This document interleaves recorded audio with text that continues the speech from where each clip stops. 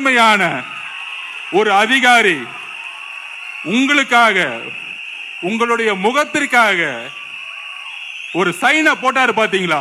எனக்கே ஷாக்கு.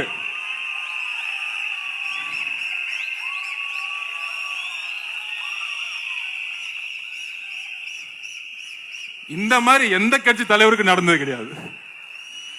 இதுக்கு மேல என்ன வேணும்? நம்ம பணி செய்யணும். பெண்கள் ரெடி ஆயிட்டாங்க, தாய்க்குளம் ரெடி ஆயிட்டாங்க. ஆனால் என்ன சேலஞ்ச் தெரியுமா? திமுக என்ன தெரியுமா நினைக்கிறாங்க? இந்த எலெக்ஷன்ல 3000 கோடி இறக்குவாங்க. இன்னொரு கட்சி அந்த கட்சின்னு சொல்லிட்டு ஒரு 5000 கோடி இறக்குவாங்க. ஒவ்வொரு ஓட்டுக்கு 2000 3000 கொடுப்பாங்க. ஆனால் தமிழக மக்களே, முக்கியமாக தாய்க்குளமே, இந்த 3000 ரூபாய்க்காக அடுத்த 25 வருஷ வாழ்க்கையை நம்ம இழந்துடக்கூடாது. அதுதான் எங்களுடைய வேண்டுகோள். அவருடைய நீங்க பார்த்திருப்பீங்க ஆடியோ ரிலீஸ்ல, மலேசியால என்ன ஒரு பெரிய கூட்டம், எத்தனை பேர் தன்னை ஒரு எவ்வளவு பெரிய அன்பு இணைப்பு. அந்த உலகமே ஒரு என்ன மாதிரி உலகம், எவ்வளவு ஒரு எல்லாமே கிடைக்கக்கூடிய புகழ் இருக்கு, பணம் இருக்கு, எல்லாமே இருக்கு. இன்னும் 20 வருஷத்துக்கு அவர் இந்த துறையில எங்கேயோ போயிருக்க முடியும். ஆனால் ஒருத்தர் புதிதாக கட்சியை ஸ்டார்ட் பண்ணி அங்கிருந்து திருப்பியும் நான் உச்சத்தை தொடுவேன்னு கூடிய ஒரு நம்பிக்கை இருக்கு.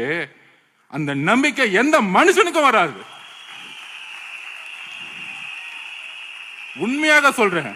நான் விளையாட்டு துறையில இருக்கேன். இன்னைக்கும் காலைல 6 மணிக்கு கிரவுண்ட்ல இருக்கிறேன்.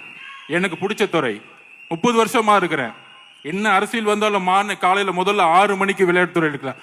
ஆனால் 30-33 வருஷமாக தான் விரும்பிய துறை, தான் நம்பிய துறை, மக்களால் இணைந்த துறையோ அப்படிங்கறதுல தூக்கி போட்டு வர்றதுக்கான தைரியம் உலகத்தில் எந்த மனிதனுக்கு இருக்காது. அப்ப ஒரு தலைவர் தைரியத்தால் உருவாக்கப்படுவோர் அல்ல. ஒரு தலைவர் அன்பால் உருவாக்கப்படுவர் அல்ல. ஒரு தலைவர் தியாகத்தால் உருவாக்கப்படுபவர். இதுதான் அண்ணா சொன்னார். ஒரு தலைவருக்கான தகுதியை தன்னை தியாகம் செய்யணும். தான் குடும்பத்தோட பையன் அடுத்த தன்னுடைய பேரனை அவருடைய சட்டசபையில் சொன்னார் தெரியுமா? என்ன சக்சஸ்? பையன் துணை முதலமைச்சர்.